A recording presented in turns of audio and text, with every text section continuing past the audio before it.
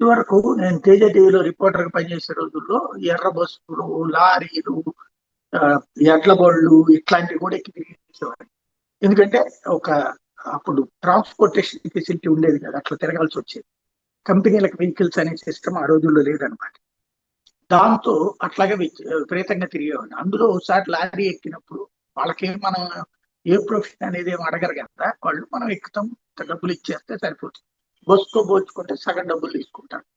అట్లా ఎక్కువ వస్తున్నటువంటి సందర్భంలో ఆ ఎదురుగుండా వస్తున్న వెహికల్ హార్న్ కొయ్యమని గట్టిగా వచ్చింది. అదేందాడు అటు వెళ్తున్నాడు ఇటు అని అనుకున్నాను నేను, బట్ ఏం అడగలేదు. అరే ఎదురుగుండా ట్రాన్స్పోర్టేషన్ ఇదే ఆపేసాడు లారీ. ఆపేసి మీరు దిగి వెళ్ళిపోండి సార్, వేరే వెహికల్ ఏదన్నా బస్సు ఎక్కి వెళ్ళిపోండి అన్నాడు. అదేంటి అంటే ఎదురుగుండా ఆర్టీఏ వాళ్ళు ఉన్నారండి అన్నాడు. ఆర్టీఏ వాళ్ళు ఉన్నారు మీకు ఎట్లా తెలిసిందంటే, అదేనండి సిగ్నల్.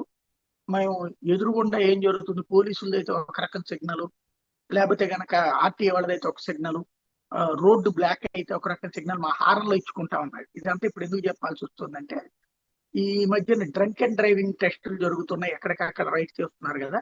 తెలంగాణలో పెదపల్లిలో గోదావరికంలో పోలీసు మామలు అని ఒక వాట్సాప్ గ్రూప్ క్రియేట్ చేసుకున్నట్టు ఈ మందుబాబులు అందరూ కలిసి సింగరేణి క్యాలరీస్ ఉండేటటువంటి గోదావరికంలో మందుబాబులు కాస్త ఎక్కువ ఉండి ఆరు బయట కూడా మందు కొట్టేటటువంటి సిచ్యువేషన్ లో బైకుల మీద కూడా మందు కొట్టేటటువంటి కొంతమంది ఉంటే వాళ్ళు ఈ మా పోలీసులు ఆ ఏరియాలో జరుగుతుంటే వాట్సాప్ గ్రూప్ లో పెట్టేసుకుంటారట. ఇప్పుడు పోలీసులు వెహికల్స్ రెగ్యులర్ చెకప్ లో భాగంగా ఎస్ఐ గారు దాన్ని చెక్ చేస్తే, ఒక అతని సెల్ ఫోన్ చెక్ చేస్తే, ఆ చెక్ చేసిన ఫోన్ లో ఇలాగుంది పోలీస్ మామలు అని చెప్పేసి. వాస్తవంగా అయితే ట్రాఫిక్ చెకింగ్ అప్పుడు చెక్ చేయరు, మరి ఎందుకు చెక్ చేశారో తెలియదు.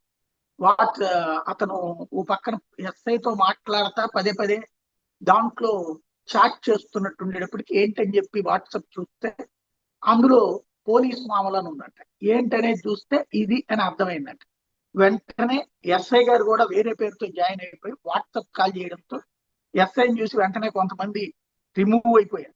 అదే సందర్భంలో మీరేం కంగారు పడబాకండి, మనందరం కలిసి మాట్లాడుకుందాం, మనందరినీ పిలుస్తాను కౌన్సిలింగ్ అని చెప్పి చెప్పడంతో బిత్తరపోవడం ఆ మందు బాబులు వంతాయి.